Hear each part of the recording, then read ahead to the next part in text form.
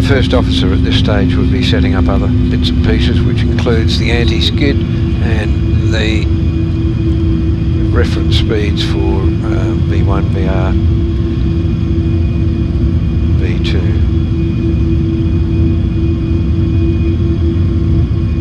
So our VR, which is 150, is set on our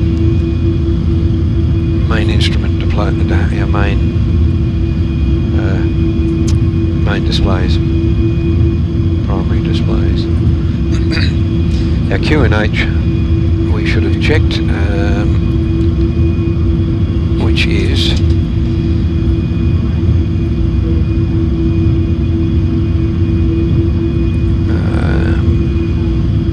1015. Right, our QNH is 1015. That should be set.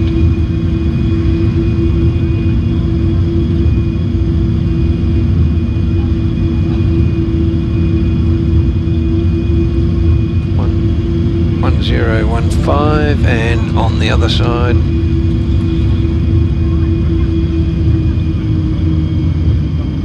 and the first officer's side also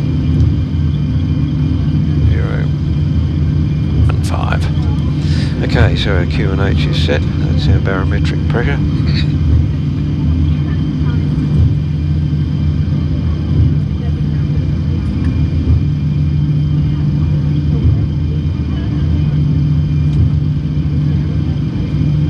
You may be able to hear the thump, thump, bump. That's how our front undercarriage hitting the runway lights, the lights that run down the centre of the runway.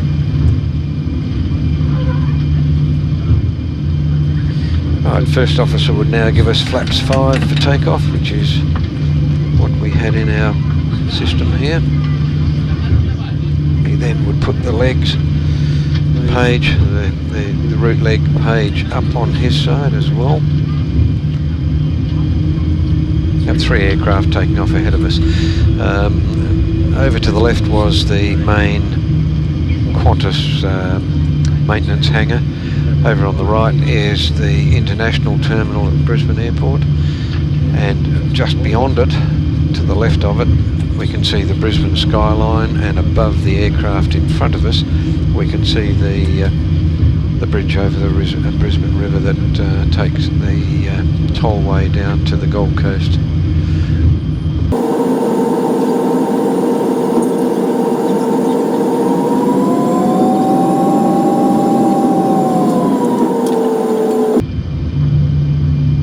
Okay, we have a little bit of a line-up. We've got what looks like could be an A320. Oh no, it's that's a 737 Virgin. Sorry, an A320 first, and then there's a 737. Parking brake on. Another Qantas aircraft landing. Okay, also on the side panel here, you may be able to see it slightly, we have our flight plan set up so that we can follow that in real time. It's a moving map, so we are there, and it shows us sitting at the end of the runway, and then we'll take off to the northeast, do a sweep across the bay and start heading southwest.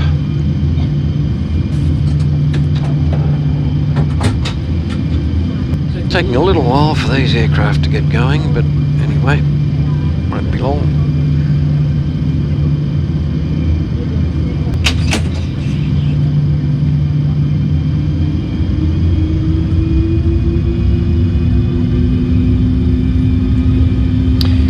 One thing I didn't sort of mention, I'm steering with the tiller on the left-hand wall here, not the pedals, because the rudder doesn't have any authority at all until we hit about 45-50 knots on the ground. when the airflow becomes enough for the rudder to have authority. So we are steering by the nose wheel.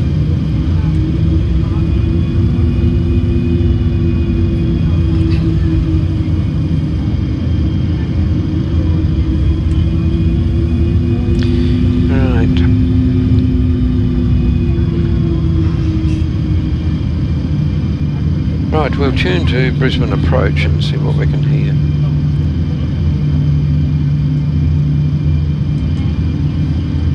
Now, anything we do hear on this approach frequency, which is 119.25, will be in American accent and American terminology, unfortunately, because it's pretty droll and pretty terrible.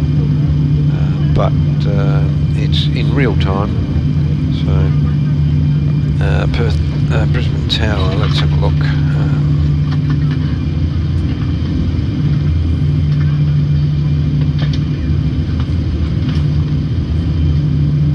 Right, have we got the tower on there?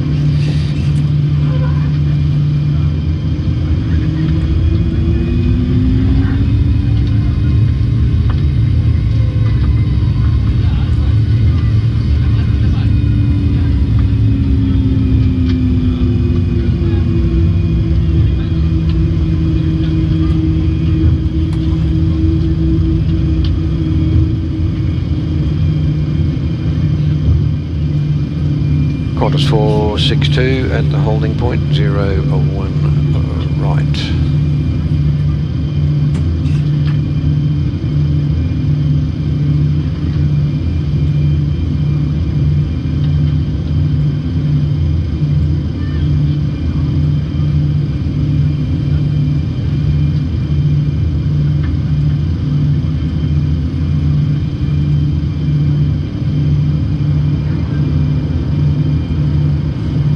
Okay, we'll actually listen to the ground and see whether we can pick up anything. 121.7. Okay, we've been given the go-ahead to line up and wait.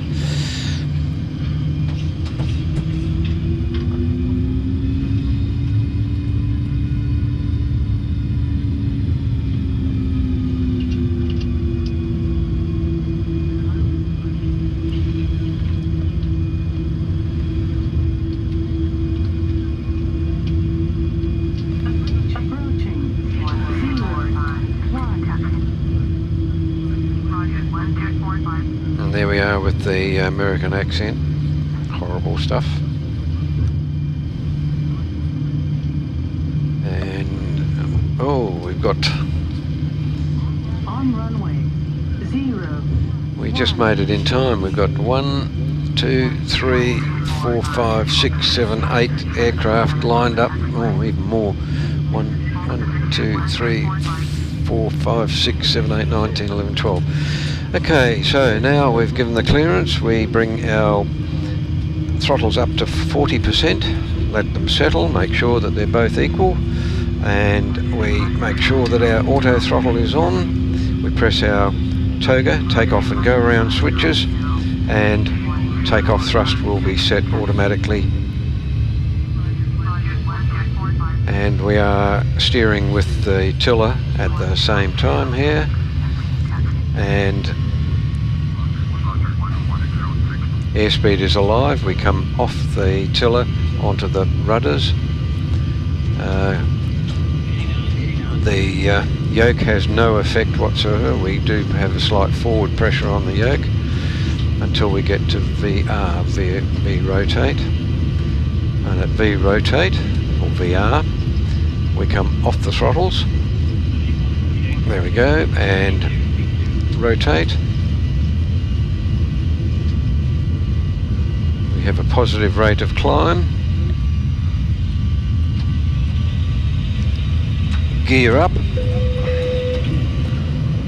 Positive rate. We are flying to the flight director, the magenta cross in the centre of the main display. Okay, we set our range a little bit shorter We can now go to LNAV, lateral navigation, and we can engage our command B, which is our autopilot. And we're now turning to the right on our standard instrument departure from Brisbane Airport.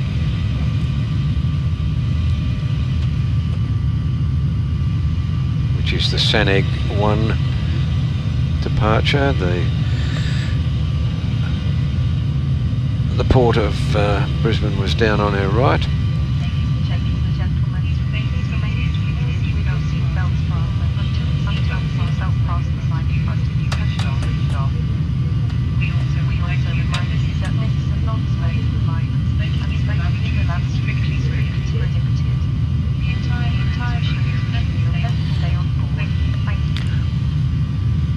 We now set our IAS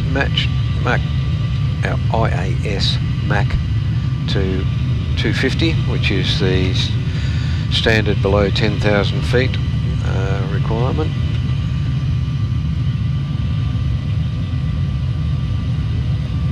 Now this feels exactly the same as what we experienced when we come out of Brisbane all those times. Right, flaps 1.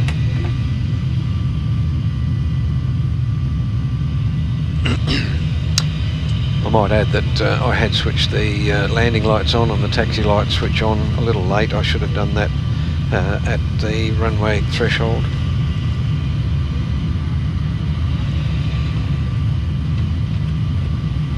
Flaps up.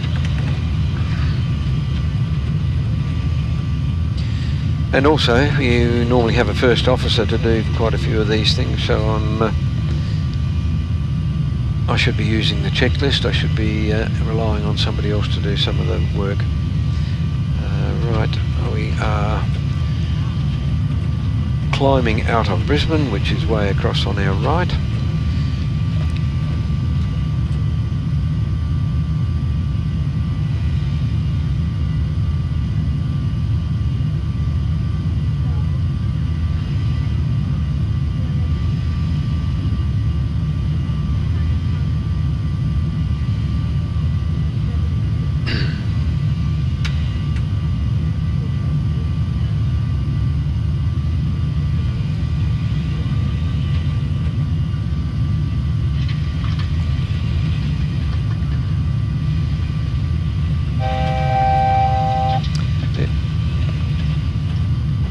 There's our initial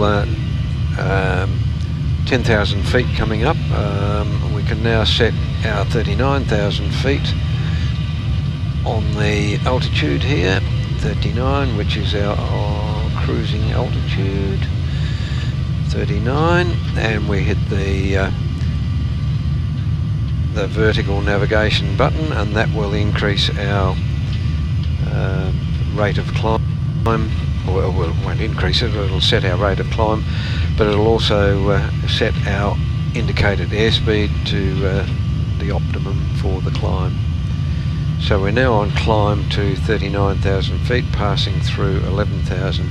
Now at about this time we switch our landing lights off. We can now, because we're on fairly smooth air, we can switch the seatbelt signs off and give an indication that the cabin crew can move around and attend to any of the passengers. The service, the food service won't start until we get to our cruising altitude in quite some time.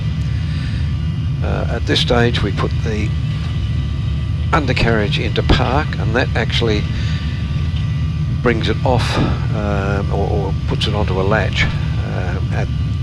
Prior to that it would have been hanging on the hydraulics when it comes up, and it's only being held by the hydraulics. Once you put it into park or off, the latches come in and the hydraulics release, and it sits on the latches, I suppose. So that's what that is. We can also switch off our anti-skid and our speed references. So now we're pretty much set up. All our switches are correct. We have have our correct rate of climb and cabin pressure. Everything is fairly well set. Our frequencies we can change whatever we need to here, but at the moment we don't need to. Yep. So we're pretty right. The aircraft will now just follow what's on the FMC, flight management computer. We're heading for our first, or our last, I suppose, the last waypoint in our standard instrument departure, which was Saneg. Okay, we have the Gold Coast across to our left, which is a little difficult to see from that point, but we have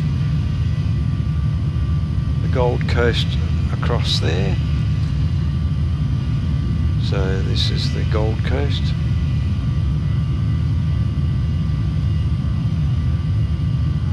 And further south is the border between New South Wales and Queensland.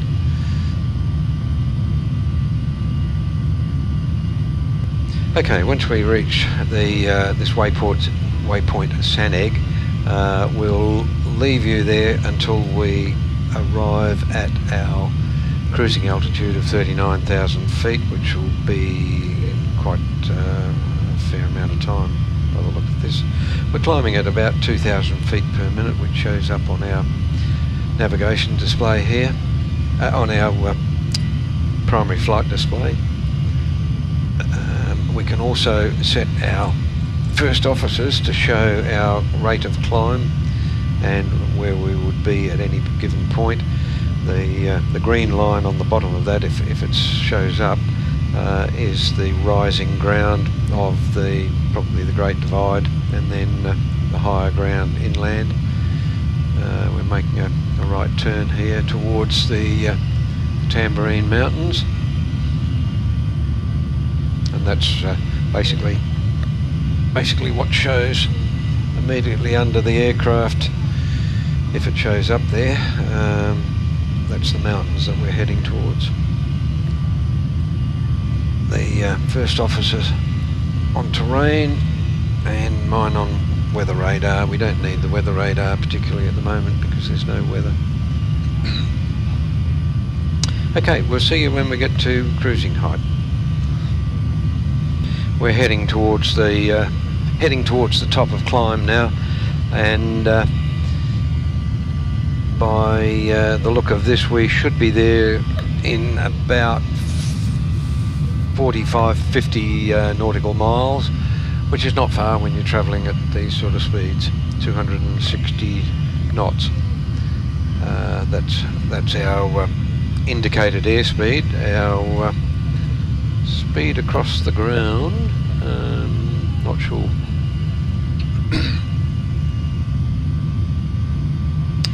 Our true airspeed is 478. Our ground speed is 479. So we're belting along a little bit. We've got probably about 40 nautical miles to go to our top of climb. So come back to you in a moment. Okay, just recapping before we get to top of climb and our cruising altitude of 39,000 feet. We've got our navigation display here, which we can set for the various distances from 2.5 nautical miles through to 640, so we can see almost the complete flight path there, well, possibly about a third of it. So we've got that in front of us all the time, and we're checking that, and the primary flight display over this side, which has got our artificial horizons and our rate of climb, our altitude and our airspeed. So we've got all that. We've got our primary engine display at the top here and our secondary at the bottom. That can be changed from this button here.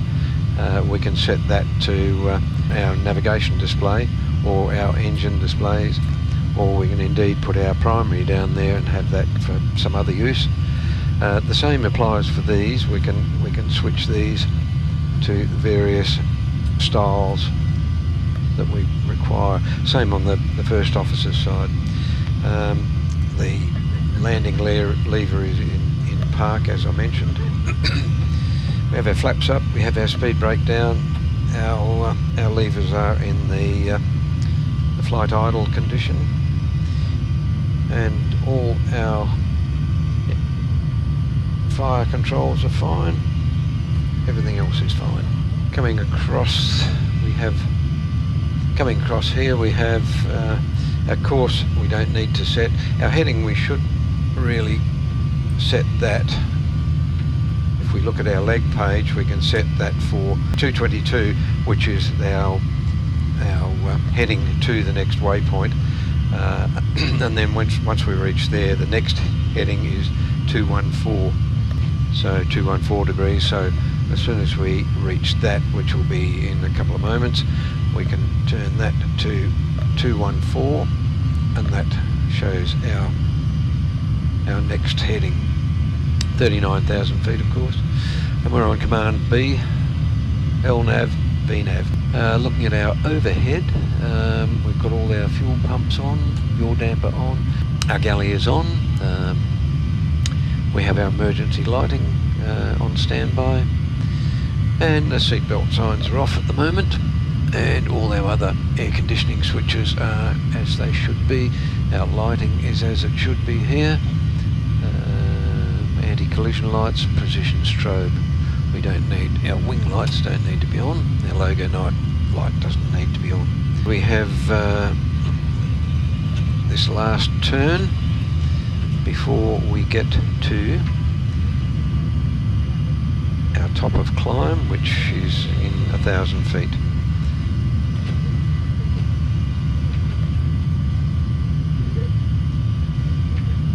So we've only got about 900 feet to go, and at this point the change in altitude is very slow, so it'll take us a little while to arrive at that 39,000 feet. Once we've gone past that top of climb, there we go, coming up. Once we go past the top of climb, there'll probably be an announcement from the cabin crew, and then we'll call it a day, because they're announcing that they're going to serve the meal, and we might go for a cup of coffee as well, and we'll come back to you and show you when we get to the other side in WA how we do our descents and approach into Perth International Airport. Start our board service in a couple of minutes. First, we will serve you a lunch and a free drink. After that, you will have the opportunity to buy goods from our duty-free shop. Thank you. There we go. We've just had the announcement that they're going to serve us a lunch and drinks, and we're invited to the duty-free shop, which obviously doesn't exist anymore. We don't have duty-free here, so... But anyway, that's about it. We're almost at 39,000 feet, and she's given the indication that they're going to serve the meal. So with that, we shall bid you goodbye for the moment, and we'll see you on our descent into Perth. So bye.